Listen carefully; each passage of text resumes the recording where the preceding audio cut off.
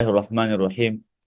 الحمد لله والصلاة والسلام على رسول الله محمد بن عبد الله وعلى آله وأصحابه ومن والاه، أما بعد، فأعوذ بالله من الشيطان الرجيم. بسم الله الرحمن الرحيم. رب اشرح لي صدري ويسر لي أمري واحلل عقدة من لساني يفقه قولي. ہم یہ بات کر رہے تھے کہ جو مختلف قراءات ہے اس کے کچھ فوائد ہے. 4 فوائد ہم نے بیان کی تھی. آج ہم 5 نمبر فائدے کے بارے میں بات کرتے ہیں کہ اللہ تعالیٰ نے قرآن مجید کو 7 حروف کے ساتھ نازل کیا. اس کے کچھ فوائد ہے اور کچھ راز ہے اور حکمتیں ہے.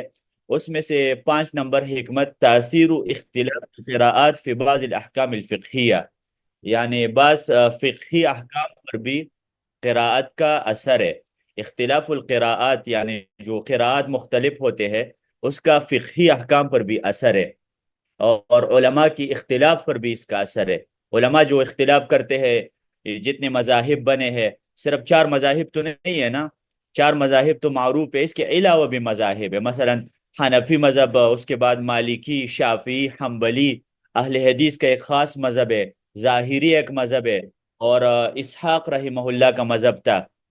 ابن حزم کا اپنا ایک موقف تھا. تو یہ مختلف مکاتب الفکر جو ہے، خاصتاً احکام سے مراد فقہی مسائل ہوتے ہیں. یعنی نماز کے ریلیٹڈ جو مسائل ہے، یا زکوٰۃ کے ریلیٹڈ جو مسائل ہے، اور یا حج کے حوالے سے، اس کو احکام کہا جاتا ہے.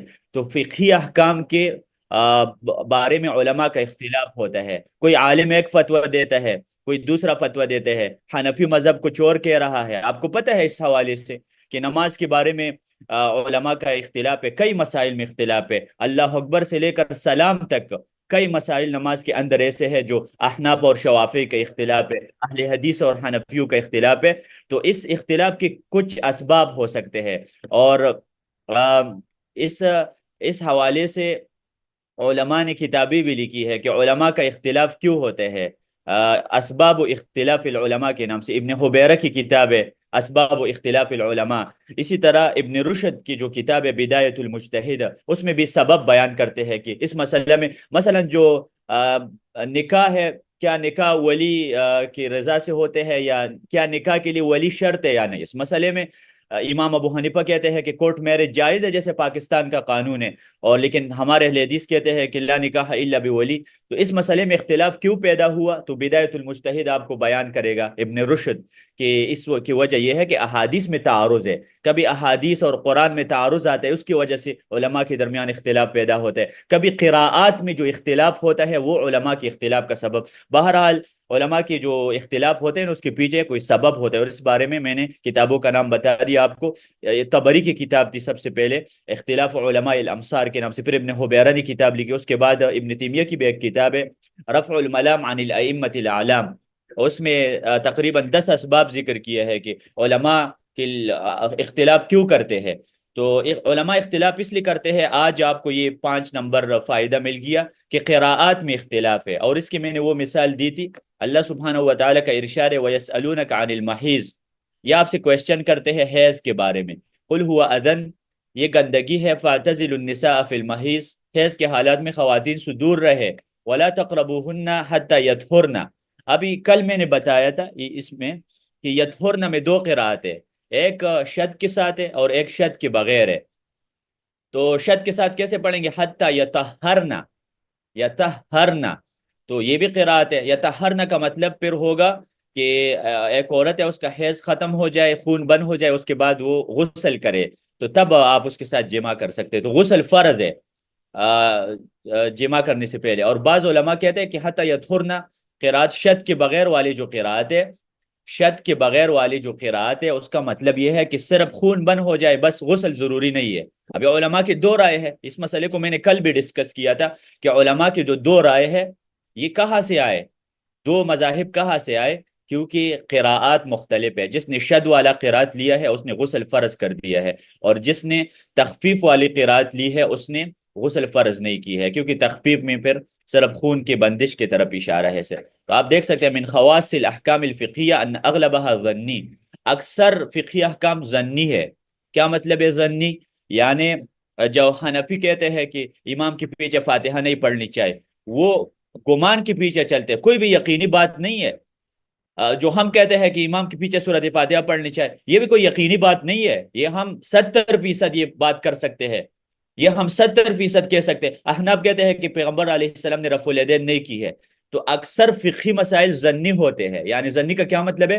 یقینی کوئی بھی نہیں ہے۔ امام ابو حنیفہ نے جو فتوی دی ہے وہ یقینی نہیں تھا، اہل حدیث جو فتوی دیتے ہیں وہ یقینی نہیں ہے، ظن ہے 70%، 30% آپ کو غلطی ہو سکتے ہیں۔ اس لیے احناف کے ایک کتاب ہے در مختار کے نام سے، اس میں لکھا ہے کہ مذہبنا صواب یحتمل الخطا، حنفی مذہب حق ہے اور اس میں سارے مسائل، لیکن ہو سکتا ہے کہ اس میں بھی غلطی ہو، اور شافی کا مذہب باطل ہے مگر ہو سکتا ہے کہ وہ بھی صحیح ہو۔ ٹھیک ہے جی، تو یہ بات یاد رکھیں کہ اکثر فقہی مسائل، ابھی دیکھیں 5 نمازیں ہیں نا، 5 نمازیں کے بارے میں ہم یقینی ہے کہ 5 نمازیں اللہ نے فرض کی ہے، لیکن کچھ مسائل ایسے ہیں جس میں ہم گمان کرتے ہیں، ہو سکتا ہے کہ ایسا ہو سکتا ہے مجھے غلطی لگی ہو۔ وَلِلِاجْتِهَادِ فِيهَا مَجَالٌ رَحْبٌ، اور اجتہاد کا میدان کھلا ہے، یعنی اختلاف کی گنجائش موجود ہے۔ اور وَلِلِاخْتِلَافِ بَيْنَ الْعُلَمَاءِ فِي الْفُرُوعِ الْفِقْهِيَّةِ اسباب کثیرہ، علماء کے اختلاف کے کئی اسباب ہوتے ہیں، اور میں نے کتابوں کا نام یہاں پر ذکر کیا ہے، آپ ان کتابوں کی طرف مراجعہ کر سکتے ہیں کہ اختلاف کے کئی اسباب ہے۔ علماء جب اختلاف کرتے ہیں تو وہ اللہ اور رسول کی دشمن نہیں ہے، نہ امام ابو حنیفہ اسلام کا دشمن تھا، نہ شافعی اسلام کا دشمن ہے، اس کے پیچھے کوئی اسباب ہوتے ہیں جب وہ لوگ اختلاف کرتے ہیں۔ تو وہ اسباب کیا ہے؟ ان اسباب میں سے ایک یہ ہے وجود قراءتین او اکثر فی بعض 2 قراءت کا بھی آتے ہیں، تو ایک عالم ایک قرات پر عمل کرتے ہیں، ایک قسم فتویٰ دیتا ہے، دوسرا عالم دوسری قرات پر عمل کر کے دوسرا فتویٰ، جیسے میں نے یہ مثال دے دی۔ اس طرح اور بھی بہت ساری مثالیں ہیں جی، انہوں نے یہی مسئلہ ڈسکس کیا ہے یہاں پر۔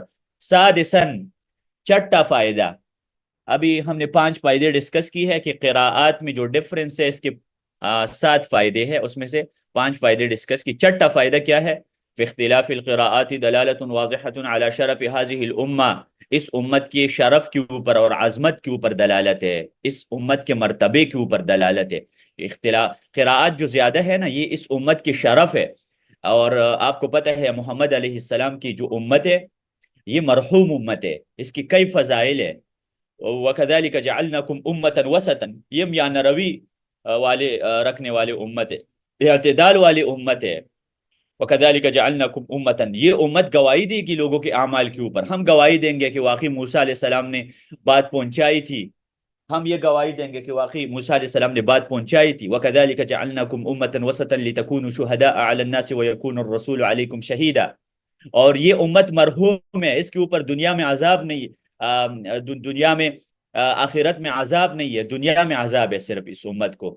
پیغمبر صلی اللہ علیہ وسلم کے حدیث ہے امتی امت مرحومہ، میری امت مرحوم ہے، لیس علیہا عذاب فی الآخرہ، امت کے اوپر آخرت میں عذاب نہیں ہے، انما عذابها الزلزال، زلزلے آتے ہیں دنیا میں یہ ان کے لیے سزا ہے، مصیبتیں آتے ہیں یہ ان کے لیے سزا ہے، یہ امت مرحوم ہے، اس کی کئی فضائل ہے اس امت کی۔ تو یہ جو اختلاف القراءات ہے یہ اس امت کی عظمت کے اوپر دلیل ہے، اور یہ امین ہے علی حمل رسالت الاسلام نقیۃ خالص من الشوائب، یہ بالکل خالص امت ہے بدون تحریف و تبدیل، اس امت نے اپنی کتاب میں نہ تحریف کی ہے اور انہوں نے قرآن کی حفاظت کی ہے، تمام قراءات کی حفاظت کی ہے۔ دیکھیں الحمدللہ اللہ تعالیٰ نے قرآن مجید کو 7 حروف کے ساتھ اس لیے بھی بھیجا کہ لوگوں کو بتائے کل کہ دیکھیں میں نے تمہیں تورات دی تھی نا، ایک قرآت کے ساتھ تم نے حفاظت نہ کر سکے، اور امت محمدی کے بچوں نے 7 حروف کی حفاظت کی ہے، تو کون افضل ہے پھر؟ ہم نے 7 قرآت، جس کو آپ لوگ کہہ رہی ہے 7 قرآت کی حفاظت کی ہے ہم، لیکن یہود ایک تورات کی حفاظت نہ کر سکے، عیسائی ایک انجیل کی حفاظت نہ کر سکے جس میں قراءات کا اختلاف نہیں تھا۔ تو اختلاف القراءات اس میں اس امت کا عظمت سامنے آتا ہے کہ یہ امت کتنا عظیم امت ہے، یہ کتنا محافظ امت ہے، یہ کتنا شریف امت ہے کہ خیانت نہیں کرتا، امین ہے، امانت والی امت ہے۔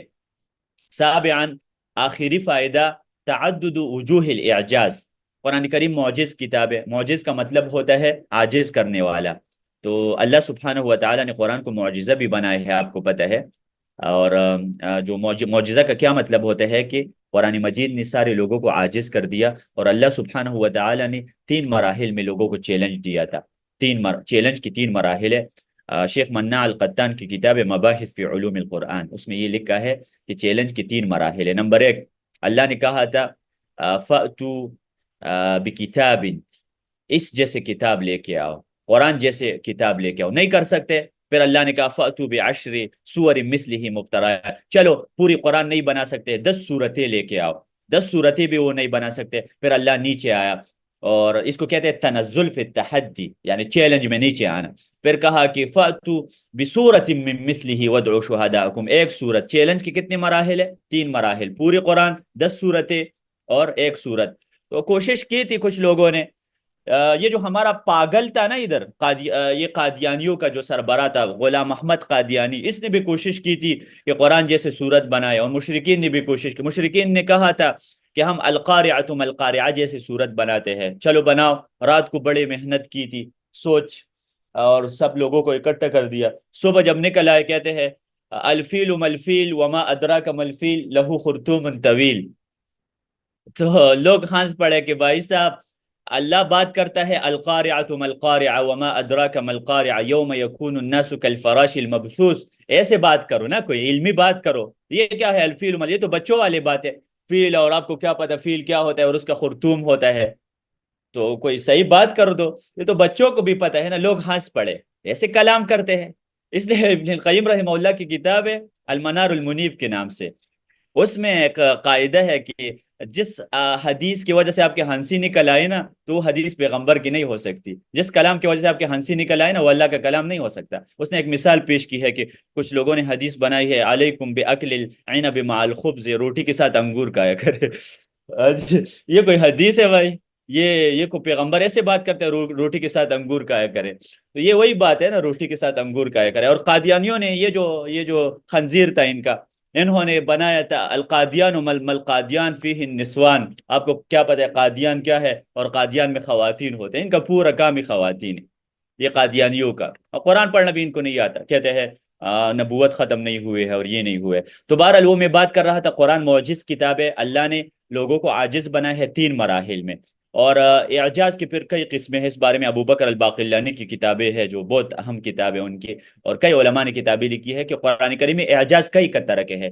2 قسم آپ یاد کریں، ایک قرآن کے الفاظ میں بھی اعجاز ہے، یعنی جو قرآن کریم جیسے الفاظ بھی کوئی نہیں بنا سکتا، اور دوسرا ہے قرآن کریم کے معنی میں بھی اعجاز ہے، الفاظ تو بنا سکیں گے، جیسے شعراء اشعار پڑھتے ہیں، لیکن قرآن جیسے وہ ان کے الفاظ میں پاور نہیں ہوگا، معانی اس جیسے، تو اس کو کہتے ہیں الاعجاز اللفظی اور الاعجاز المعنوی۔ قرآن مجید کے 2 قسم اعجاز ہے۔ سائنسی اعجاز کے بارے میں نے پچھلے سال آج 13 سپتمبر ہے میرے خیال میں، 12 سپتمبر پر میں نے ایک دورہ دیا تھا الاعجاز العلمی، قرآن مجید میں سائنسی اعجاز بھی ہے، یعنی سائنس کو بھی قرآن نے عاجز کر دیا ہے، اور اس کی کئی مثالیں، عبد المجید زندانی کی کتاب تھی میرے پاس، اس سے میں نے دورہ دیا تھا، تو کئی مثالیں قرآن میں موجود ہے جو سائنسدان وہ عاجز ہو گئے ہیں اس کو تسلیم کرنے میں کہ واقعی یہ اللہ کی کتاب ہے۔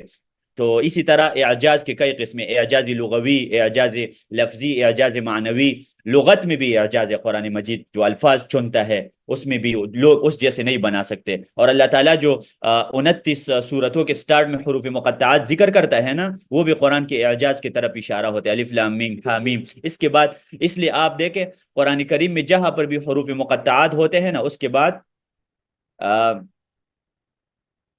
اس کے بعد قرآن مجید اپنے قرآن کے بارے میں بات ہوگی، یعنی جہاں پر بھی حروف مقطعات آئے گی نا، قرآن الف لام میم ذالک الکتاب حامیم تنزیل من الرحمہ کتاب فصلت آیاتہ، الف لام میم صاد کتاب انزل الیک فلا یکن فی صدرک، آپ دیکھیں یہ کیوں ہو رہا ہے کہ حروف مقطعات کے بعد قرآن کا تذکرہ کیوں؟ اللہ لوگوں کو بتانا چاہتے ہیں کہ دیکھیں تم عربی میں بات کر رہے ہو، الف لام میم الف با تا سا سے اپنے کلام بناتے ہو، تو قرآن جیسے کیوں نہیں بنا سکتے؟ تو بہرحال یہ جو قراءت ہے نا، اس میں قرآن کے اعجاز کی طرف اشارہ ہے۔ من المعلوم ان القرآن تحدى العرب في ایاتوا بمثله، قرآن مجید نے چیلنج دیا ہے کہ قرآن جیسے بناؤ، او بصورت منہ، یا ایک صورت بنائے، وهذا يقتضي انه ایاتی القرآن باساليب متعددہ، اللہ نے چاہا کہ قرآن کریم کو میں 7 حروف کے ساتھ نازل کروں گا تو لوگ اور بھی فیل ہو جائیں گے، لوگوں کے لیے اور بھی مشکل ہو جائے گا، على غرار ما كان يجري بينهم من اختلاف الاساليب حتی یقطع علیہم الحجہ، تاکہ ان کی کوئی حجت باقی نہ رہے۔ وہ کہیں گے یہ تو قرآن مجید ایک قرات میں ہے، تو ہم ایک قرات تو نہیں بنا سکتے، ہم تو مختلف لہجوں والے لوگ ہیں۔ تو اللہ نے نا ان کی حجت ختم کر دی، ان کے بانا ختم کر دیا، یہ بانا نہیں بنے۔ آپ لوگوں کے انداز مختلف ہے، ہر قوم و قبیلے کے انداز مختلف ہے، تو قرآن بھی مختلف انداز کے ساتھ ہے، چلو یہ انداز نہیں بنا سکتے تو یہ تو بناؤ نا۔ اور مثال کے طور پر اللہ تعالیٰ کا ارشاد یریدون لیطفئوا نور اللہ بافواہہم واللہ متم نورہ ولو کرہ الکافرون۔ یہاں پر دیکھ سکتے ہیں واللہ متم نور، کافر چاہتے ہیں کہ اللہ کی نور کو ختم کر دے اپنے منہ کے ساتھ۔ یہ ہمیشہ جو اسلام کا نور لوگوں نے ختم کر دیا نا، زبان کے ساتھ ختم کر دیا ہے۔ تو اس سے معلوم ہوتا ہے کہ اسلام کے نور پھیلانے کے لیے زبان کی ضرورت ہے، صرف تلوار کی ضرورت نہیں ہے۔ ٹھیک ہے اسلام تلوار کے ساتھ بھی آیا ہے، لیکن زبان کے ساتھ، دعوت کے ساتھ بھی آیا ہے۔ اس میں اللہ کہتے ہیں نا یریدون لیطفئوا نور اللہ، وہ اللہ کا نور زبان کے ساتھ بند کرنا چاہتے ہیں، تم اللہ کی نور زبان کے ساتھ پھیلانا چاہتے ہیں۔ تو جو زبان کے ساتھ جہاد کرتا ہے یہ بھی مجاہد ہے۔ یریدون لیطفئوا نور اللہ بافواہہم واللہ متم نورہ ولو کرہ الکافرون۔ یہ متم بابی اس میں فاعل ہے، اس میں فاعل کا صیغہ ہے اتم یتم اتمام سے، مسلم کے وزن پر ہے۔ اسلم یسلم اسلاما فہو مسلم، اتم یتم اتمم یتمم اتماما فہو متمم، میم میم میں مدغم ہوا، اور پھر یہ شد اس وجہ سے آیا، میم ایک حرف جب دوسرے میں داخل ہو جائے نا، ایک جنس سے دو حروف آ جائے تو وہ شد پیدا کر دیتا ہے۔ واللہ متم یعنی متمم، اصل میں متممو ہے، میم میم میں مدغم ہوا ہے، متم نوری، اس کو فعل مضاعف بولتے ہیں۔ مضاعف کا مطلب ہے ڈبل، ڈبل دو حروف آتے ہیں، جیسے مد ہے نا، وهو الذی مد الارض یعنی مدد الارض، واللہ متم نورہ، اللہ اپنے اسلام کو پورا کرے گا اگر کہ کافر نہیں چاہتا۔ اب یہاں پر مسئلہ کیا ہوا ہے، یہاں پر دیکھیں علماء ایک قاعدہ بتاتے ہیں، نحوی قاعدہ ہے، آپ کے لیے تھوڑا مشکل ہوگا، لیکن چلو رٹا لگا دے آپ لوگ یا سننے کی کوشش کریں، انشاءاللہ آپ کو سمجھ آ جائے گی۔ علماء کہتے ہیں کہ جب اسم فاعل مضاف ہو جائے نا، یہاں پر متم اسم فاعل ہے، یہ جب مضاف ہو جائے اگلے کی طرف، متم و مضاف اور نوری ہی مضاف الیہ ہے، تو پھر وہاں پر ایک اور بھی اعراب آپ کے لیے جائز ہے کہ یہ جو اسم فاعل ہے اس کو مضاف نہ کرو، اس کو کہتے ہیں قطع عن الاضافہ، اضافت سے کاٹو اس کو، یعنی اس کے اوپر تنوین پڑھو متمن، اور جب آپ اس کے اوپر تنوین پڑھیں گے تو نورہو پر زبر پڑھیں گے، پھر زیر نہیں پڑھیں گے۔ تو دو قرات ہے، نورہو پر زبر ہے اور متمن پر تنوین ہے، اور دوسرا ہے کہ متم پر تنوین نہیں ہے، صرف پیش اور نورہی پر زیر ہے، مضاف مضاف الیہ بنے گا، یا متمن اس میں فاعل بنے گا عمل کیا، اور نورہو منصوب مفعول بھی ہے، واللہ متم نورہ واللہ متم نورہ، دونوں صحیح ہے۔ آپ کو انشاءاللہ بات سمجھ آئی نا؟ تو یہاں پر دیکھیں اعجاز بیانی سامنے آیا، اعجاز بیانی سے مراد ہے بلاغہ۔ دیکھیں قرآن میں کتنا بلاغہ ہے، لیکن یہ بات وہ لوگ سمجھ رہے ہیں جنہوں نے بلاغہ کا علم حاصل کیا، اس لیے میں کہتا ہوں عربی سیکھو، پھر بلاغے کا علم حاصل کرو۔ جب آپ کو پتہ ہو کہ آپ کو پتہ ہونا کہ بلاغہ میں جو تین علوم ہیں نا، علم البیان، علم البدیع، علم المعانی، اس کا پتہ ہو تو پھر آپ قرآن مجید کو صحیح طریقے قرات بھی سمجھ سکتے ہیں۔ یہاں پر میں نے جو قاعدہ ذکر کر دیا وہ نحوی قاعدہ ہے، اور بلاغی بھی قاعدہ ہے کہ متم اسم فاعل ہے، اسم فاعل جب آ جائے اس کو مضاف بھی کر سکتے ہیں، جب آپ مضاف کریں تو مضاف پر تو تنوین نہیں آتی، متم پر تنوین نہیں آئے گی، اور نوری مضاف الیہ اور مضاف الیہ کے نیچے زیر آتی ہے۔ اور دوسرا یہ ہے کہ مضاف نہ کر دو، اس کو متمن کو الگ پڑھو تنوین کے ساتھ، نورہو کو الگ پڑھو زبر کے ساتھ، واللہ متم نورہ، پھر اس میں فاعل عمل کرے گا، اور اس میں فاعل فعل جیسے عمل کرتے ہیں شروع کے ساتھ۔ یہ ایک لمبا مسئلہ ہے، قطر الندى کے نام سے کتاب ابن ہشام اس نے ڈسکس کر دیا ہے اس کو۔ تو کہتے ہیں کہ بہرحال اس سے قرآن کا اعجاز ثابت ہوا نا، دیکھیں قرآن میں لغوی قواعد ہے، بلاغے کے قواعد ہے کہ اسم فاعل کو کبھی مضاف کر دو، کبھی تنوین لاؤ اس کے اوپر، اور نورہو کے دو طرح پڑھو۔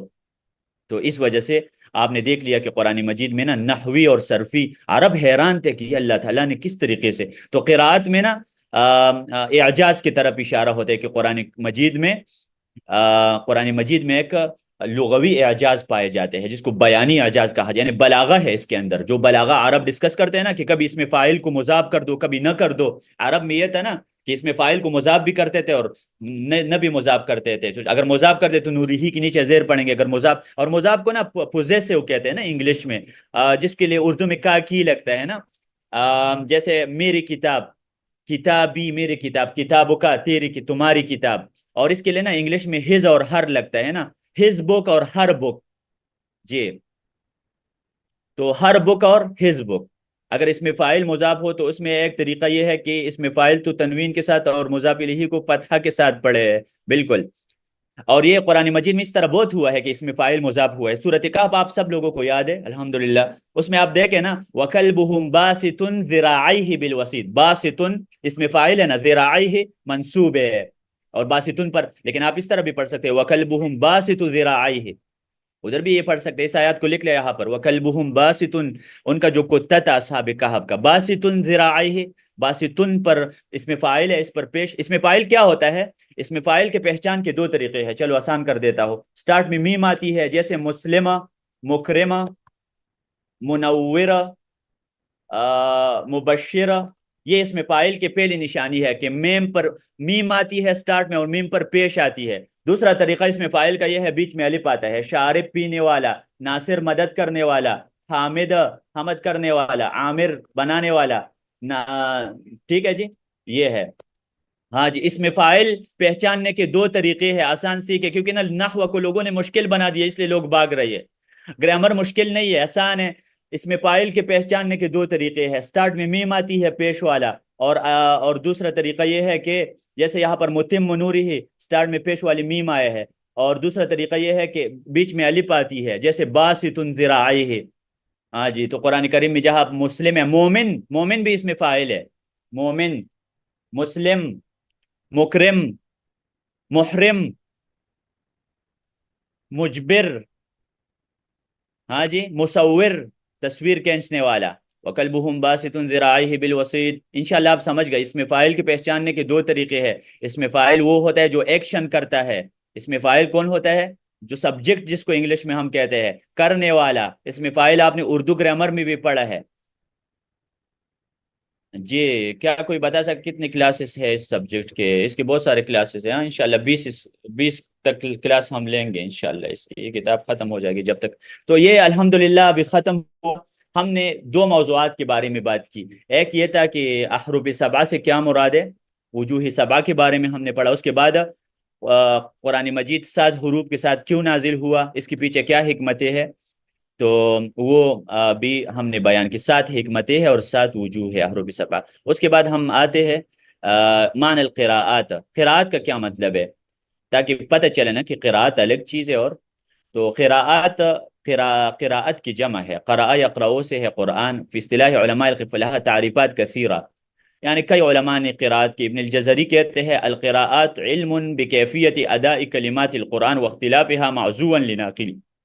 قراءات سے مراد ایک علم ہے، یعنی جیسے مدرسوں میں 17 کا علم پڑھایا جاتا ہے نا، تو علم القراءات ایسا علم ہے جو قرآن کریم کے الفاظ کی ادا ٹھیک کرے، یعنی آپ سیکھے کہ قرآن مجید کے الفاظ کیسے ادا کرنا ہے. تو قراءات میں تجوید آئے گی، کہاں پر ادغام کرنا ہے، کہاں پر اخفا کرنا ہے، اظہار کہاں پر کرنا ہے، مد کی قسمیں آپ سیکھیں، مد کہاں پر کرنا ہے، متصل مد کو کتنے لمبا کرنا ہے، منفصل مد کتنی لمبی کرنی ہے آپ نے.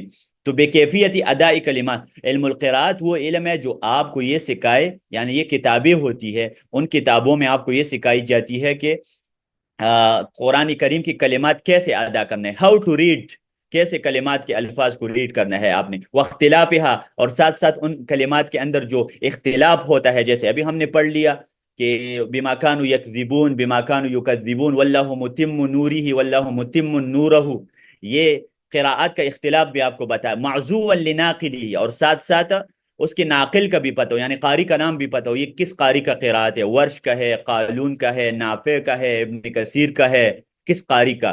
تو یہ 17 تو بعد میں پیدا ہوا تھا نا. یہ تسبیح کے بارے میں انشاءاللہ بات کریں گے کہ کن کن قاریوں نے نا یہ قراءت. تو قراءت کا مطلب کیا ہے؟ قراءت میں، علم قراءت میں دو چیزیں سکھائی جاتی ہے، قرآن کریم کی کلمات کیسے ادا کرنا ہے، مخرج وغیرہ. دوسرا یہ ہے کہ قراءات کے درمیان جو ڈفرنس ہے اس ڈفرنس کو ثابت کرے، اور یہ بھی بیان کرے کہ متواتر قراءت کون سے ہے، شاذ کون سے، یہ سب آپ کو پتہ ہو.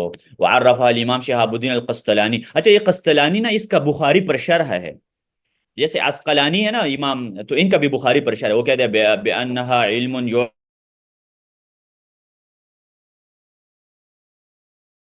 پتہ چلتا ہے کہ جو قاری ہے ان کا اختلاف پیدا ہوا ہے اعراب میں. جیسے ہم نے کہا فتلقى آدم من ربه کلمات، فتلقى آدم من ربه کلمات، یہ اعرابی یعنی نحوی اور صرفی جو اختلاف ہے قرآن مجید کی قرآت کے اندر. اسی طرح حذف اور اثبات، یہ ہم نے پڑھ لیا. تحریک اور اسکان، کہاں پر حرکت دینا ہے، کہاں سکون پڑھنا ہے، فصل اور اتصال وغیر ذلك من حیت النطق والابدال من حیث السماع او علم يعرف منه اتفاقهم، یعنی ایسا علم ہے جس کے ذریعے ہم قاریوں کا اتفاق معلوم کر سکتے ہیں اور اختلاف، کن چیزوں میں ان کا اتفاق ہے اور کن چیزوں میں ان کا اختلاف ہے۔ او یقال علم کئی تعریفات ہے، بہرحال اس کی کوئی ضرورت نہیں، انشاءاللہ آپ نے یہ سیکھ لیا۔ فضل علم القراءات، علم القراءات کا کیا فضل ہے؟ یعنی آپ لوگوں نے جو جمعہ کی نماز پڑھ کر کانا کہا ہے اور اس کے بعد یہ درس سن رہے ہیں، تو اس کی کوئی فضیلت ہے یا ضائع جائے گا؟ اس کے بارے میں ابھی بات کرتے ہیں۔ تو ظاہر ہے یہ عبادت ہے، اور عبادت عبادت کی دو قسمیں ہیں، لازم عبادت اور متعدی عبادت۔ لازم عبادت یہ ہے کہ فجر کی نماز پڑھو اور مصلی پر بیٹھو اشراق کی نماز تک، یہ لازم عبادت ہے۔ لازم کا کیا مطلب ہے کہ آپ صرف اپنے لیے کر رہے ہیں، کسی اور کو تو فائدہ نہیں ہے نا آپ کی اشراق کی نماز کا۔ تو دوسری قسم ہے متعدی عبادت۔ متعدی عبادت یہ ہے کہ قرآن سیکھنا، قرآن دوسروں کو سکھانا، آپ کو بھی فائدہ ہوگا اور دوسروں کو بھی فائدہ ہوگا۔ لتخرج الناس من الظلمات الى النور باذن ربهم الى صراط العزیز الحکیم اللہ الذی له ما في السماوات وما في الارض۔ تو ان مکانت ای علم من العلوم تنبع من موضوع ذلك العلم، کہتے ہیں کہ ہر علم کا مرتبہ اس کے ٹاپک سے معلوم ہوتا ہے، یعنی آپ نے جب کسی علم کا مرتبہ معلوم کرنا ہے نا، اس کے ٹاپک میں دیکھیے۔ تو علم القراءات کا ٹاپک کیا ہے؟ قرآن ہے۔ تو قرآن کتنا اشرف کتاب ہے، کتنا عظیم کتاب ہے، تو یہ علم القراءات بھی عظیم ہے۔ وَإِذَا كَانَتِ الْقِرَاءَاتُ وعلم القراءات انما يدور حول کلمات القرآن، قراءت کے علم میں کون سی چیزیں ڈسکس کی جاتی ہے؟ قرآن کے الفاظ، وکیفیت ادائها، کیسے ادا کرنا ہے، بالنقل الصحیح والاسناد المتصل۔ ظاہر ہے قراءت کے لیے کئی شروط ہیں، انشاءاللہ یہ ہم پڑھیں گے۔ متواتر قراءت کی 3 شروط ہے، وہ ہم آگے پڑھیں گے۔ اور شاذ قراءت میں وہ یعنی جو بھی قراءت آپ نے پڑھنے ہیں نا، تو وہ متواتر ہونا اس کے لیے ضروری ہے۔ بے شک آپ نماز میں پڑھتے ہیں یا ایسے لوگوں کو بتاتے ہیں متواتر قراءت کی، جیسے صحیح حدیث کے لیے نا 5 شروط ہوتے ہیں، کوئی حدیث صحیح ہوگی تب 5 شروط ہو، تو متواتر قراءت کے لیے بھی یعنی آپ کو کیسے پتہ چلے گا کہ یہ وہ قراءت ہے جو اللہ نے محمد کو سکھائی ہے؟ اس کے لیے 3 شروط ہے، جس قراءت میں 3 شروط ہو وہ ہم انشاءاللہ آگے بیان کریں گے۔ فلا شک ان تکون مکانۃ ھذا العلم عظیمہ، اس علم کا بہت بڑا مرتبہ ہے۔ ومنزلته بین سائر العلوم۔ اچھا، شاذ قراءت بھی تفسیر میں چل سکتے ہیں، یہ نہیں کہ شاذ قراءت کو بالکل سائڈ پہ رکھو، تفسیر میں کام آتے ہیں، یہ نقطہ یاد رکھے، ابھی سے نوٹ کر دے کہ شاذ قراءات تفسیر میں کام آتے ہیں، وہ کبھی انشاءاللہ اس کے بارے میں تفصیلی بات کریں گے۔ وبالتالی یکون اہلہ والحاملون له، جو لوگ قراءت کا علم سیکھتے ہیں، والمعلمون لهذا العلم، اور جو لوگ اس علم کو سکھاتے ہیں، مع الملائکۃ المقربین، انشاءاللہ وہ فرشتوں کے ساتھ ہوں گے۔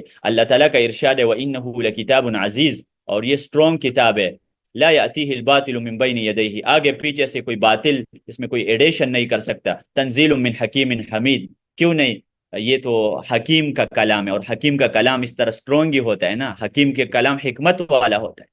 بل هو قرآن مجید فی لوح محفوظ، یہ قرآن مجید ہے لوح محفوظ میں، اور اس کتاب کو اللہ تعالیٰ نے 25 یا 23 سال میں نازل کیا۔ خیرکم من تعلم القرآن وعلمہ، آپ بہترین انسان وہ ہے جو قرآن سکھاتا ہے۔ اچھا، حجاج بن یوسف کتنا بڑا ظالم تھا لیکن اس نے نا قرآن کے تھوڑی سی خدمت کی نا، وہ اندر سے مطمئن تھا کہ اللہ میرے ساتھ اچھا کرے گا، اگر کہ میں نے بہت بدماشی کی ہے کل مجھ سے کسی نے سوال پوچھا تھا کہ حجاج بن یوسف کو کسی نے کافر کہا ہے؟ تو بالکل کہا ہے، سلف میں سے کچھ علماء نے ان کو کافر بھی کہا تھا، اور اس نے نا اتنے بڑا مفسر سعید ابن جبیر کو بھی قتل کر دیا، عبداللہ ابن عباس کا جو شاگرد تھا۔ لیکن اس کے باوجود بھی آپ کو پتہ ہے حجاج ابن یوسف نے کیا کیا تھا؟ حجاج ابن یوسف نے قرآن کی کتنی خدمت کی تھی، کیا کیا تھا اس نے؟ تو بعض کہتے ہیں اس نے زبر زیر لگائی ہے، میرے خیال میں یہ بات غلط ہے۔ زرکشی کی جو کتاب ہے البرہان فی علوم القرآن، وہ میں پڑھ رہا تھا، وہ کہتا ہے کہ نہیں، حجاج بن یوسف نے زبر زیر نہیں لگائی ہے، تو ابو الاسود دولی نے لگائی تھی، لیکن اس نے تنقید کیا ہے۔ تنقید کا مطلب کیا ہوتا ہے کہ سین، اس ٹائم سین اور شین میں کوئی فرق نہیں ہوتا، تو حجاج بن یوسف نے نا شین کے اوپر نقطے ڈالے تھے۔ وَلَقَدْ عَرَفَ السَّلَفُ الصَّالِحُ هَذِهِ الْمَكَانَةَ الْعَظِيمَةَ لِلْقُرْآنِ الْكَرِيمِ، اور سلف صالحین یعنی صحابہ کو قرآن کا یہ فضیلت پتہ تھا، اس لیے تو وہ قرآن کی قدر کرتے تھے نا۔ عثمان رضی اللہ عنہ نے 1 رکعت وتر میں پورا قرآن پڑھا تھا، کیوں؟ ان کو نا قرآن مجید کے اعجاز کا پتہ تھا، بلاغے کا پتہ تھا۔ ہمارے دلوں میں قرآن کیوں نہیں اترتا؟ کیونکہ ہمیں عربی نہیں آتی۔ جب آپ عربی سیکھیں گے تو انشاءاللہ اگر آپ قرآن کے ساتھ صحیح ریلیٹڈ ہیں، انشاءاللہ پھر آپ 5 گھنٹے بھی قرآن سنیں گے، آپ تکیں گے نہیں، یہ بوجھ نہیں بنے گا آپ کے اوپر، کیونکہ اس میں بہت گہرائی ہے اس کتاب میں۔ تو یہ عثمان رضی اللہ عنہ 1 وتر میں 1 رکعت پورا قرآن پڑھتا تھا 1 رکعت کے اندر۔ اور شیخ ابن باز سے پوچھا گیا کہ یہ تو اس نے حرام کام کیا ہے نا، نبی صلی اللہ علیہ وسلم تو کہتے ہیں کہ لم یفقہ القرآن من قرأہ فی اقل من ثلاثۃ ایام، وہ شخص قرآن نہیں سمجھتا، نہ پڑھے 3 دن سے کم میں کوئی بھی قرآن نہ پڑھے۔ تو یہ تو عثمان نے اسلام کا خلاف کر دیا، اور امام شافعی نے رمضان میں 60 مرتبہ قرآن ختم کر دیا تھا، یہ بالکل صحیح سند ہے اس کی۔ اور ابھی آپ دیکھ سکتے ہیں، تو شیخ ابن باز سے یہ سوال پوچھا گیا کہ یہ تو حدیث کے خلاف کیا ہے انہوں نے کہا یہ کوئی تعجب کی بات نہیں ہے، میں نے بھی ایسا کیا ہے۔ شیخ ابن باز نے کہا اپنے شاگرد کو کہ میں بھی ایک رات ایک وتر میں پوری قرآن میں نے پڑھی، ایک ایک رکعت میں۔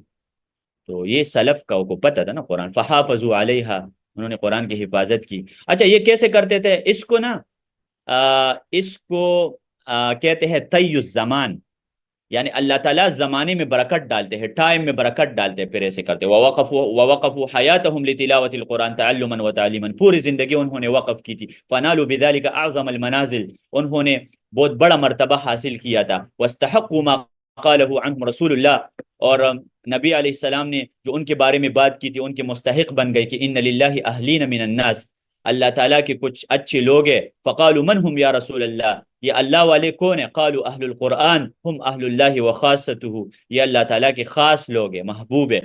وقد روی انه قیل لعبد اللہ ابن مسعود، عبداللہ ابن مسعود سے کہا گیا انک تقل الصوم، آپ روزے کم رکھتے ہیں، کیوں؟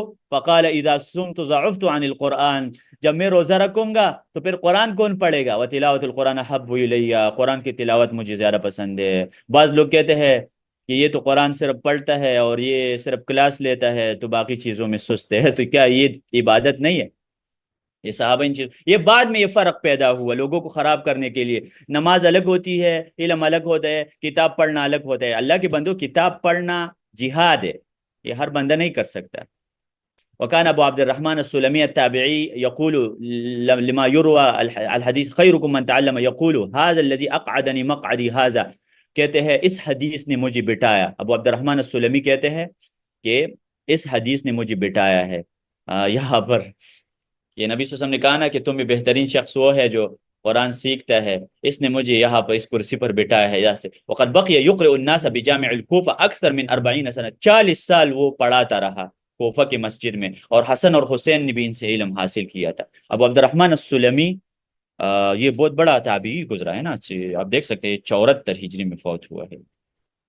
ففضل القرآن الكریم وما يتعلق به من كيفية تلاوته ووجوه قراءته من افضل الاعمال، سب سے بہترین التي تقرب العبد من ربه، انسان کو اللہ کو قریب کرتے ہیں۔ كما ان علم القراءات والبحث فيه من اجل العلوم وانفع، قال الامام شهاب الدین القسطلانی فان القرآن ينبوع العلوم ومنشأها، قرآن کریم چشمہ ہے علوم کا، 157 علوم میں قرآن، ومعدن المعارف، یہ معدن ہے معرفت کا، ومبنى قواعد الشرع واساس واصل كل علم ورأس، والاستشراف على معانيه لا يتحقق الا بفهم رسبه ومبانيه، ولا يطمع في حقائق التي لا منتهى لغرائبه الا بعد العلم بوجوه قراءاته، قرآن مجید کی قراءت سیکھنے سے آپ کو اس کے دقائق کا اور خزانوں کا پتہ چل جاتا ہے۔ ومن ثم صار علم القراءات من اجل العلوم النافعات، اس لیے یہ بہت عظیم علم ہے۔ واذا كان كل علم يشرف بشرف متعلقه فلا جرم خص اهله الذين هم اهل الله وخاصته بانهم المصطفون من بریته، یہ سب سے چنے ہوئے لوگ ہیں اللہ تعالیٰ کے، والمجتبون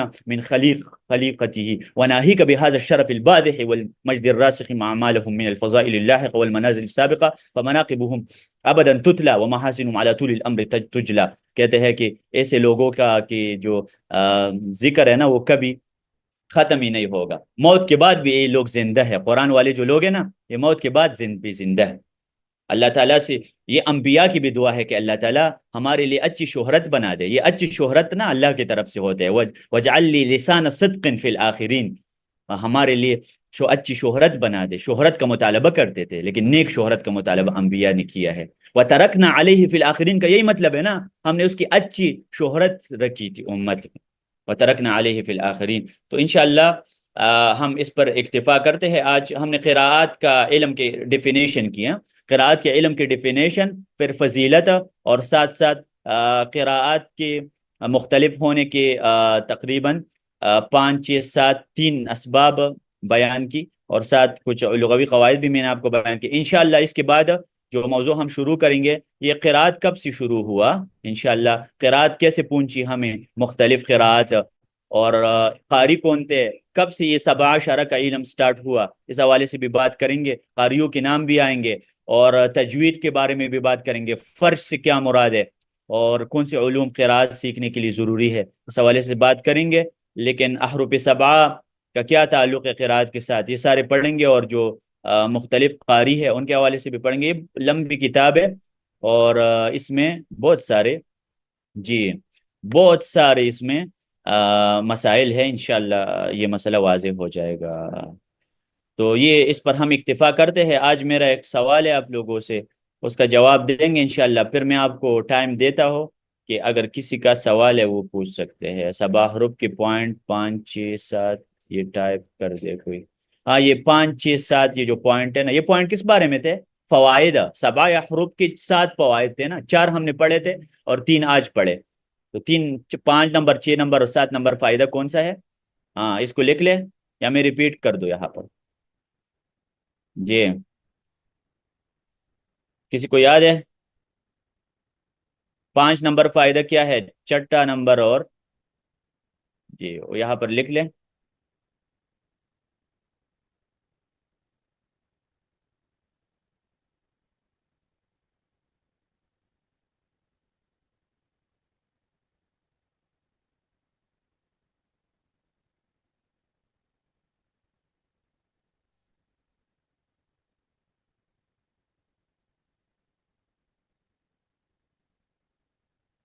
جی، بتا دینا یہ آخری والا کون سا تھا، یعنی قرآن کریم کے اعجاز کی طرف اشارہ ہے، اس امت کے عظمت کی طرف اشارہ ہے کہ یہ امین امت ہے، محافظ ہے، اور ساتھ ساتھ فقہی مسائل پر اس کا اثر ہے۔ ہاں، پہلے چھٹا والا یہ تھا، پانچواں والا یہ تھا، اس فقہی مسائل میں جو علماء کا اختلاف ہوتا ہے اس کے اوپر اس کا اثر ہے۔ قراءات کی اختلاف کا فقہی مسائل پر اثر ہے، علماء کے دو رائے جو آتے ہیں، کوئی ایک قراءت پر عمل کرے، کوئی دوسرا۔ اور چھٹا نمبر امت کی عظمت کی طرف اشارہ ہے کہ امین امت 7 قراءت کی بھی حفاظت کر سکتے ہیں، یہود نے ایک کی بھی نہیں کی۔ ہاں جی، اور اس کے بعد قرآن کریم کی اعجاز کی طرف اشارہ ہے زیادہ قراءت میں۔ جی،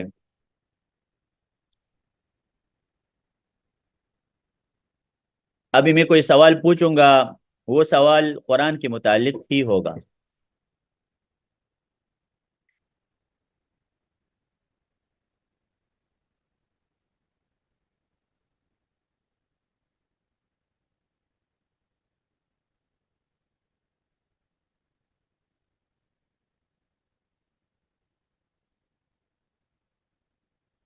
رفع الیدین والے حدیث تواتر کے درجے پر ہے، احناف رب الیدین کا انکار کیوں کرتے ہیں؟ اس لیے کرتے ہیں کہ امام ابو حنیفہ رفع الیدین نہیں کرتے تھے، وہ سمجھتے ہیں کہ امام ابو حنیفہ کو علم حاصل تھا، اور وہ سب سے بڑا عالم تھا، جب انہوں نے نہیں کیا تو ان کو حدیثوں کے بارے میں زیادہ پتہ ہے، ہمیں نہیں پتہ، تو ہم حدیثوں سے مسئلہ نہیں نکال سکتے، انہوں نے حدیثوں سے مسئلہ نکالا تھا، وہ ہم سے علم میں زیادہ ہے۔ پہلے سبق میں آپ نے بتایا تھا کہ امام راضی نے اپنی زندگی کے آخری وقت میں کہا تھا کہ انہوں نے قرآن کریم و حدیث کو چھوڑ کر اپنے عقل کا استعمال کیا، کیا یہ عقیدہ میں جو ان کی طرف سے کوتاہی ہوئی تھی وہ صفات باری تعالی متعلق تھا؟ لیکن اہل سنت والجماعت تو امام راضی کے اقوال اپنے فتاوی میں لیتے ہیں۔ اس کا مکمل اور جواب لینا چاہیے، یعنی امام راضی کے علم سے استفادہ کرے، لیکن جن مسائل میں امام راضی غلط عقیدے پر تھا وہ نہیں لینا چاہے، مثلا صفات کے مسئلے میں تھا نا، باقی تو ٹھیک ہے، امام راضی نے سائنسی تفسیر کیا ہے، یہ مفاتیح الغیب۔ باقی آپ کا اہل سنت سے کون مراد ہے؟ اگر آپ سمجھتے ہیں کہ اہل سنت سے مراد احناف اور شوافع ہے تو وہ تو خوش ہے امام راضی سے صفات کے مسئلے میں، کہ صفات کے مسئلے میں بھی تو احناف ماتوریدی کے مذہب پر ہے اور اشاعرہ کے مذہب پر ہے، تو وہ تو اہل سنت نہیں ہے نا۔ ماتوریدی اور اشاعرہ اور امام راضی تو سیم ہے نا پھر صفات کے مسئلے میں، تو اس وجہ سے امام راضی کے اوپر لوگ اعتماد کرتے ہیں احناف اور شوافع، کیونکہ وہ ان کے مذہب کے مطابق ہے۔ لیکن جو اہل الحدیث ہے وہ امام راضی کی یہ وہ غلط عقائد جو صفات کے بارے میں ہے اس کو دیکھا جائے، مفاتیح الغیب جو ان کی طرف، کیا احناف ہر مسئلے میں ابو حنیفہ کی تقلید کرتے ہیں؟ نہیں، نہیں کرتے، بہت سارے مثلا امام ابو حنیفہ کہتے ہیں عقیقہ، عقیقہ مکروہ ہے نا، لیکن احناف عقیقہ کرتے ہیں۔ امام ابو حنیفہ کہتے ہیں سجدہ شکر قرآن میں نہیں ہے، کتنے کرکٹرز ہے 2 3 چھکے مار کر وہ سجدہ شکر کرتے ہیں، حالانکہ وہ حنفی ہے۔ تو احناف بعض مسائل میں ابو حنیفہ کی تقلید نہیں کرتے، لیکن کچھ میں کرتے ہیں۔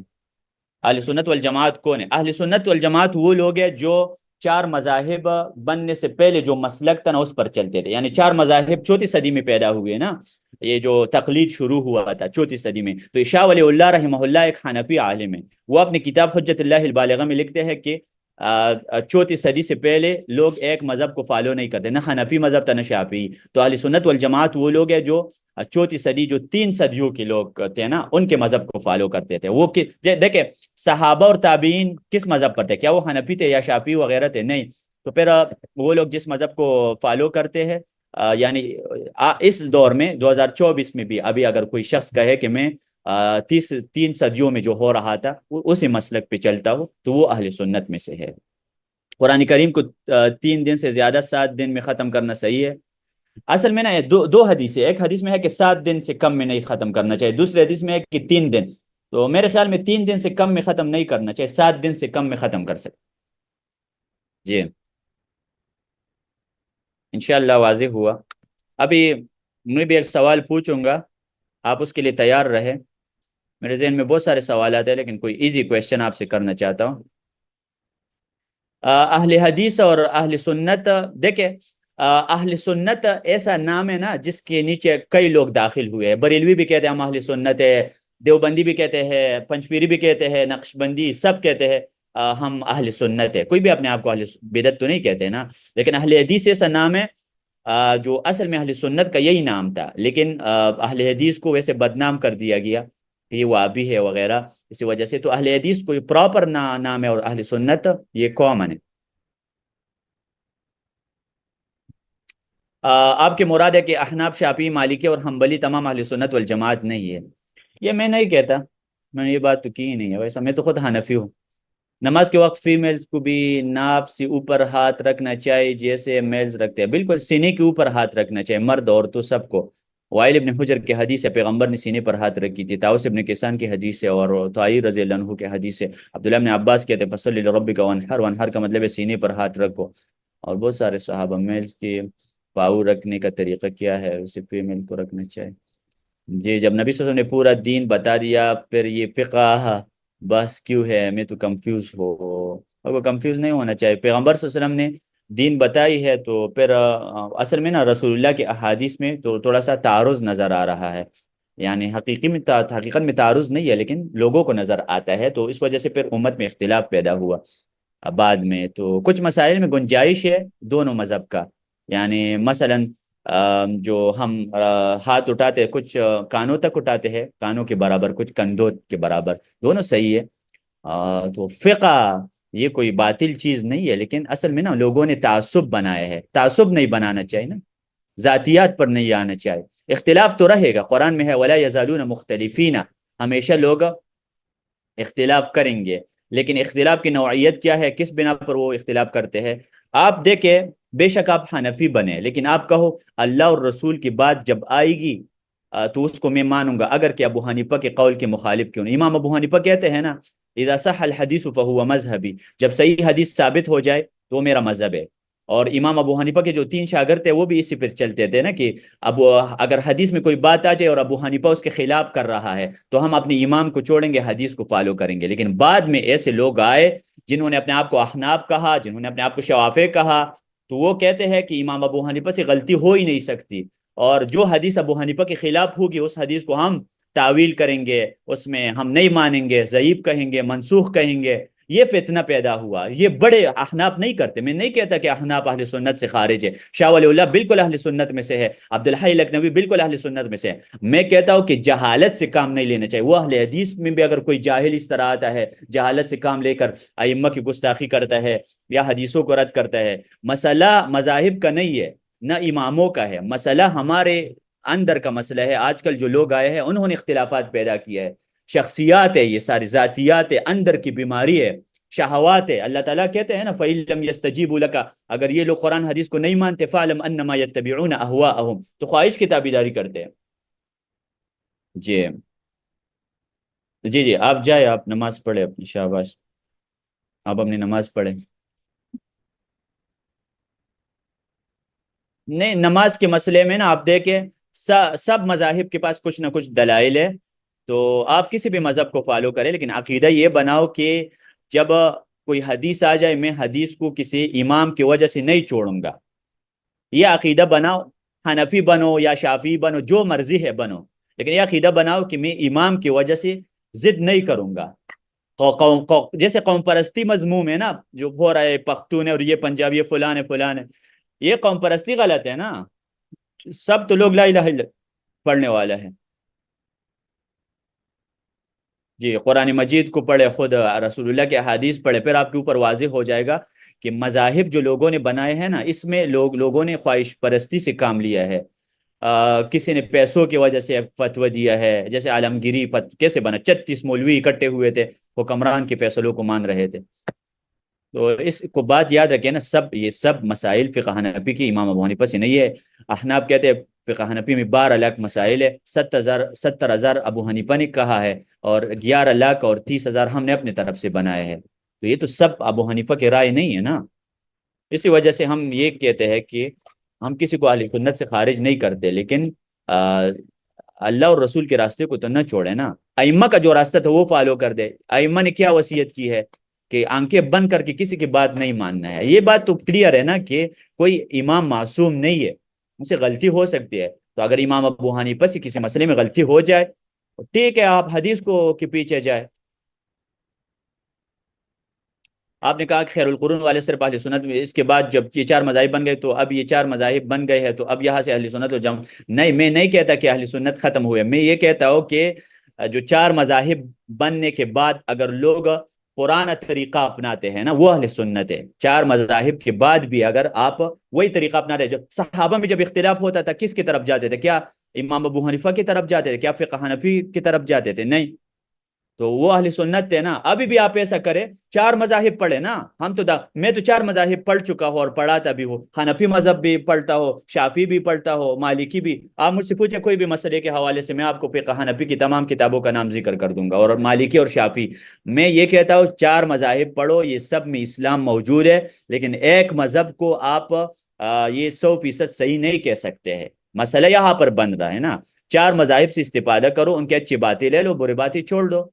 ان میں غلط بھی ہے، صحیح بھی ہے، قسم قسم لوگ آ گئے ہیں اس میں. تو 4 مذاہب میں سے ایک مذہب کو فالو کر کے اس کو 100% صحیح کہنا یہ غلط ہے. اور دوسرے مذاہب میں جو بھی مسئلہ آتا ہے، آپ آئے نا، میں دیکھے آپ کو تب پتہ چلے گا نا کہ حق کون کہہ رہا ہے. احناف کی کوئی کتاب اٹھائے نا، مثلا اصول شاشی، ہر مسئلے میں شافی کو نیچے گراتے ہیں، ابو حنیفہ کو اوپر کرتے ہیں. شافی کو نیچے گراؤ، ابو حنیفہ کو اوپر کر دو. تو کیا یہ دین ہے؟ کیا شافی کو پتہ نہیں تھا کوئی؟ اور نور الانوار میں لکھا ہے یہ جو ہم ذبح کرتے ہیں نا جانور کو یا مرغی کو ذبح کرتے ہیں بسم اللہ پڑھنے کے حوالے سے، امام شافی کو جاہل کہا ہے. نور الانوار ملا جیون کون ہے؟ ملا جیون احناف کا عالم ہے، تفسیرات الاحمدیہ کے نام سے جو ان کی تفسیر ہے، انڈیا یہ ہند کا تھا. ملا جیون جس کا نور الانوار کتاب ہے اور کئی کتابیں، کہتے ہیں کہ جہل الشافعی فی هذه المسئلہ، مرغی ذبح کرنے کے بسم اللہ کے مسئلے کے بارے میں امام شافعی جاہل ہے. یہ جو عصر کے نماز ہے نا، اس میں میاں روی اختیار کرے. اہل حدیث بہت جلدی نماز اذان دیتے ہیں اور احناف بہت، تو اس میں نا بیچ والا کو اختیار کرے. اور انشاءاللہ اس میں اتنا مسئلہ نہیں ہے، اس کو ہم نے ترمیزی میں پڑھایا تھا. ٹھیک ہے، آپ کوشش کریں، آپ کو سمجھ آ جائے گی انشاءاللہ. وَاتَّبِعْ سَبِيلَ مَنْ أَنَابَ إِلَيَّ، یعنی اللہ نے کہا ہے نا اس کے راستے کو فالو کر دے جو میرے طرف انابت کرتا ہے نا.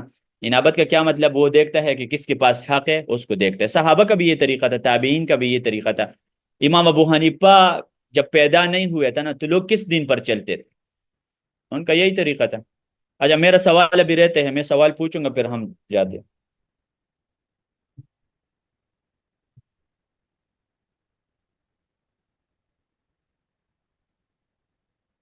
جی آج کا میرا سوال ہے،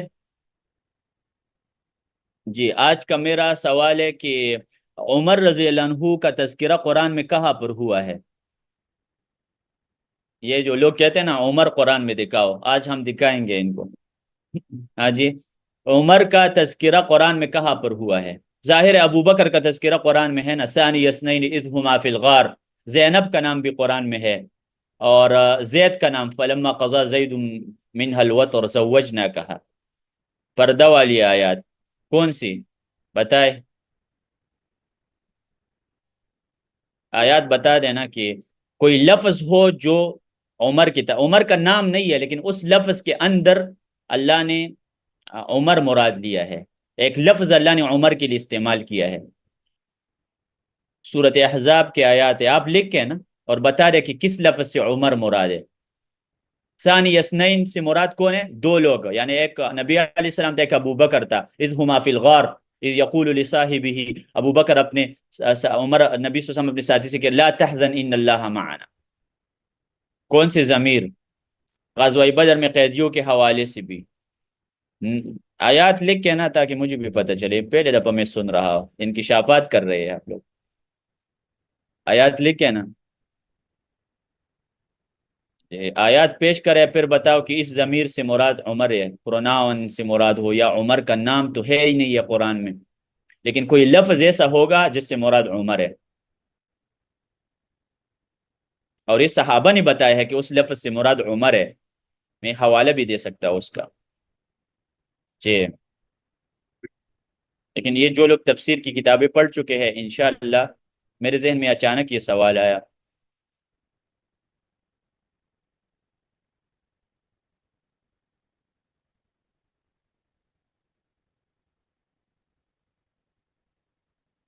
یا ایوہ النبی قل لازواجک وبناتک ونساء المؤمنین یدنین علیہن من جلابیبہن ذالک ادنی ان یعرفن فلا یؤذین. کہا ہے عمر اس میں.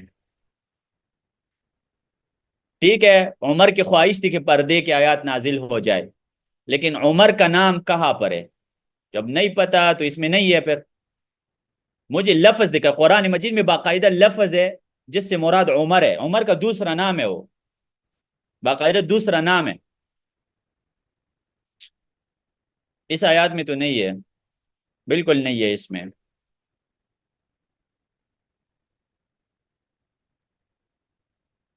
جی، امام راضی کا جو عقیدہ ہے نا صفات کے انکار کے بارے میں نہیں کہتا کہ وہ ماتوریدیہ اور اشاعرہ کا عقیدہ ہے، بالکل سیم. تھوڑا تھوڑا فرق ہوتا ہے، لیکن ان لوگوں کا مقصد کیا ہے؟ صفات کا کچھ نہ کچھ انکار ہے اکثر مفسرین میں، جس میں سے امام راضی بھی ہے. اور خود ان کا اعتراف ہے نہایت اقدام العقول عقال واکثر سعی العالمین ضلال ولم نستفد من بحثنا طول عمرنا سوا قیل وقالوا.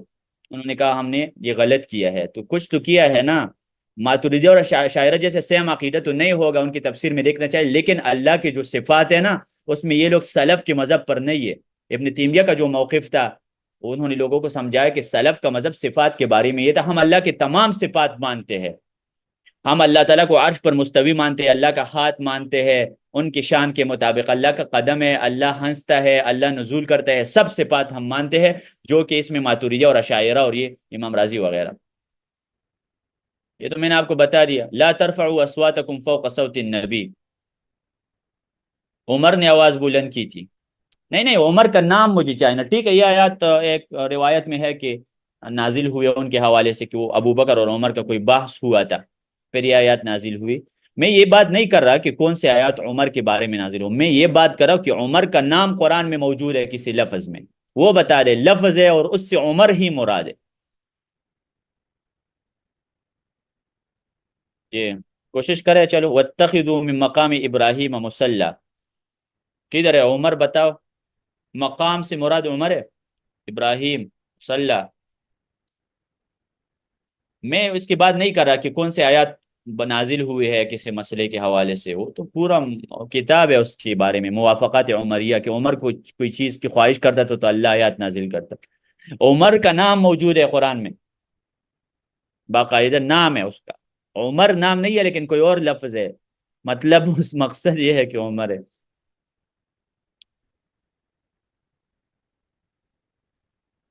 اچھا، یہ وہ مسئلہ ہے نا کہ گوگل مولانا بھی آپ کو کام نہیں آ سکتا ہے. گوگل سے رابطہ کرے نا، وہ بھی آپ کو نہیں بتا سکے گا. یہ اتنا سخت کوشچن میں نے کیا ہے کہ آپ کو گوگل بھی آپ کو نہیں بتا سکے گا. چلو میں بتاتا ہوں. سورت طٰہٰ ہے نہیں.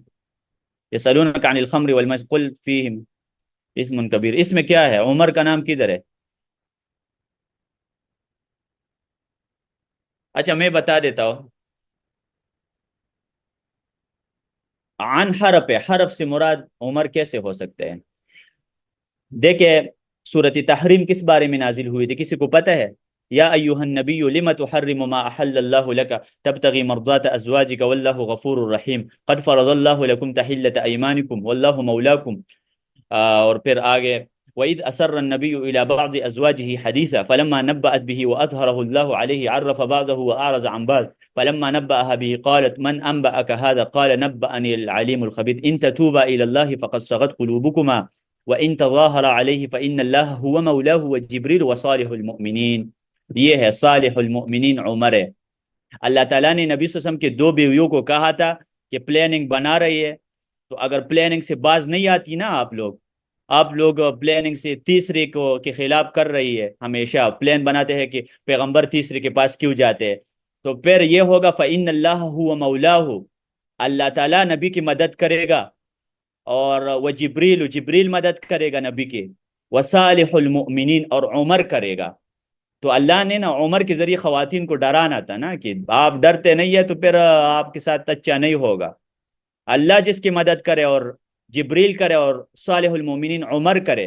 اور یہ بات میں نے کہی صحابہ سے ثابت ہے تفسیر کہ صالح المومنین سے مراد عمر ابن خطاب ہے، اور عمر ابن خطاب بڑا سخت ہے نا، خواتینوں سے ڈرتے تھے، اس لیے اللہ نے ان کا نام لیا یہاں پر کہ آپ ڈریں گے تو خواتین اسی سے ڈری گی نا.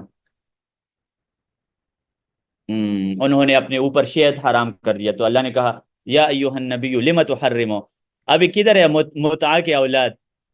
ابھی متعا کے اولاد کہاں پر ہے جو کہتے ہیں علی قرآن میں ہے اور عمر قرآن میں نہیں ہے؟ یہ کدھر ہے لوگ؟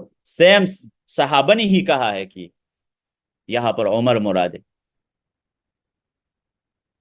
ہاں جی، اس لیے دیکھیں یہ تو سبب ہے نا کہ یہاں پر صالح المومنین سے مراد عمر ہے، اللہ تعالیٰ اس کے ذریعے ڈرانا چاہتے ہیں.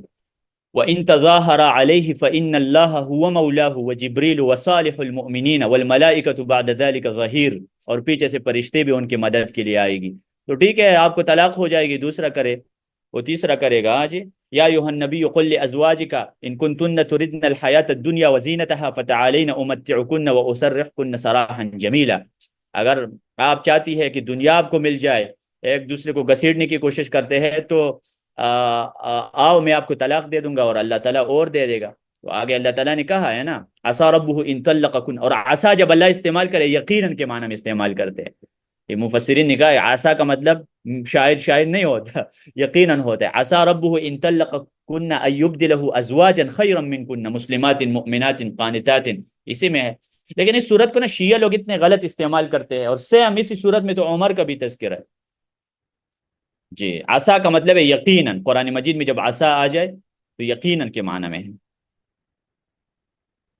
یعنی اس میں کوئی شک نہیں ہے، یہ یقینی بات ہے. ٹھیک ہے جی، انشاءاللہ یہ تو ہمارا سوال تھا اور اس پر ہم اکتفا کرتے ہیں. باقی جو اس درس میں جو چیزیں ہیں اس کو آپ وہاں پر یوٹیوب میں جا کے کامنٹ میں لکھ لیں، جو درس ہے پورا درس سن لیں. اور پھر یہ آج کے درس کا کیا ہے، 3 فائدے تھے قراءت کے، اور قراءت کی ایک لغوی تعریف ہے، بس اتنے 2 منٹ لگتا ہے آپ کا، لیکن علم حاصل کرنے کا طریقہ سیکھیں. یہ ضروری نہیں ہے کہ قرآن مجید میں تمام صحابہ کا جی تذکرہ ہو، تمام انبیاء کا بھی تذکرہ نہیں ہے. قرآن میں اللہ کہتے ہیں منہم من قصصناہم علیکا، بعض انبیاء کا ہم نے نام لیا ہے، ومنہم من لم نقصص علیکا، اور بعض کا ہم نے نام نہیں لیا. انبیاء کے بارے میں اللہ کہتے ہیں منہم من قصصنا علیک ومنہم من لم نقصص علیک.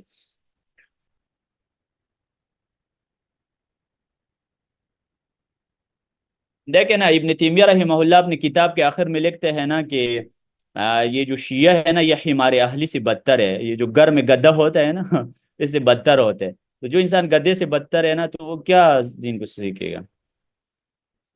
صالح المومنین یعنی تمام مومنین میں نیک انسان ہے. یہاں پر بھی مضاف الیہ ہے نا، صالح عمر ہے، مومنین یعنی مومنین کے اندر یہ نیک ہے. اور عمر کا یہ دوسرا نام صالح ہے، یہ اللہ نے اس کو لقب دیا ہے. آپ کسی سے پوچھے اللہ نے عمر کو کیا لقب دیا، اس سوال کا یہی جواب ہے صالح، یہ عمر کا لقب ہے. جی، ہر باطل کا جواب دینا ضروری تو نہیں ہے، لیکن یہ جاہلوں سے بات نہیں کرنا چاہتے. وَأَعْرِضْ عَنِ الْجَاهِلِينَ. جی، وَإِذَا سَمِعُوا اللَّغْوَ أَعْرَضُوا عَنْهُ. اور جب یہ فضول باطل سنتے ہیں نا اعراض کرتے ہیں. مومنین کا صفت ہے وَقَالُوا لَنَا أَعْمَالُنَا وَلَكُمْ أَعْمَالُكُمْ سَلَامٌ عَلَيْكُمْ لَا نَبْتَغِي الْجَاهِلِينَ.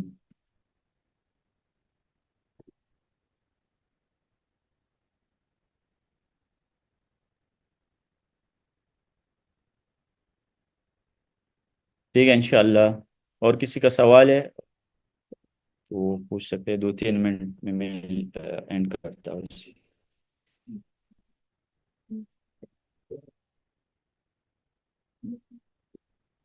اور زیادہ پڑھنے کی ضرورت نہیں ہے کہ آپ زیادہ ادھر ادھر نہ جایا کریں.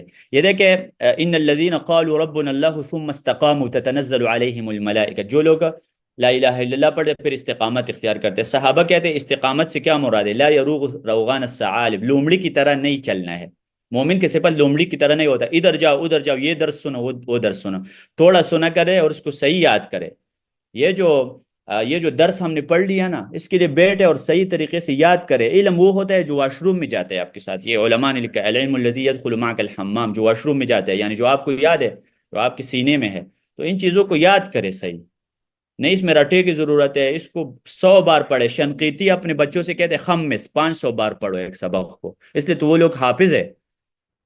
شنقیطی جو علماء ہیں نا وہ قرآن کے حافظ ہوتے ہیں، اور حدیث کی بھی حافظ ہوتے ہیں، اور تفسیر کی بھی حافظ ہوتے ہیں، اور سب چیزیں یاد کی. جی صالح المومنین سے مراد حضرت عمر.